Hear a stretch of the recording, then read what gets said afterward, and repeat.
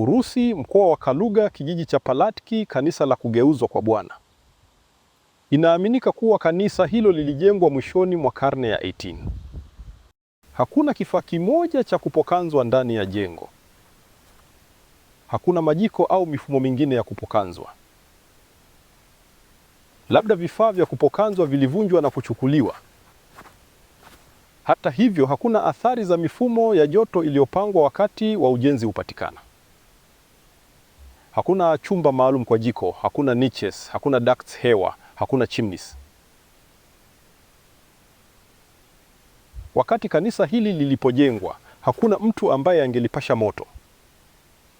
Urusi ilikuwa na hali ya hewa ya joto bila msimu wa baridi kali na baridi. Kisha hali ya hewa iliharibika na ikawa baridi. Ilibidi tufanye joto. Jiko la chuma liliwekwa karibu na mlango wa kanisa kwa ndani. Vifaa vya kupokanzwa viko kwenye mlango wa kuunda pazia la joto kutoka hewa baridi.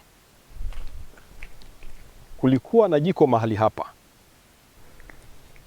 Hapa kuna shimo la kuingilia la chimney kilichopigwa kwenye ukuta. Inavutia kuangalia kwa karibu. Staircase inatetemeka, unahitaji kuweka kipande cha matofali chini yake.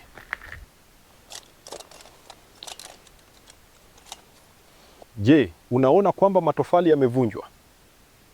Matofali yanafunikwa na soti nyeusi. Moshi ulitoka kupitia chaneli hii. Nafasi hii yote imevunjwa nje ya ukuta. Ili kuunda bomba kwenye ukuta wa kanisa, sehemu nyembamba ilifanywa kando ya chumba. Ugawaji unafanywa kwa matofali ya rangi tofauti.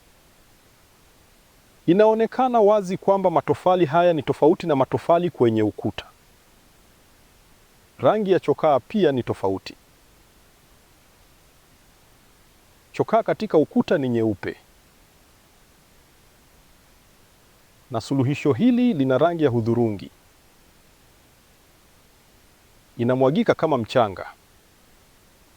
Ni hakika kabisa kwamba chimney hiki kilipigwa kwenye ukuta baada ya kanisa kujengwa. Ilikuwa baridi na ilitubidi kurekebisha chumba kwa majira ya baridi ya Kirusi.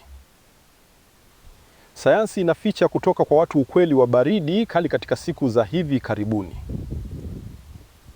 Lakini katika majengo ya kihistoria tunaona ushahidi wa hali ya hewa tofauti. Ushahidi kwamba hali ya hewa ilibadilika sana baada ya majengo haya kujengwa.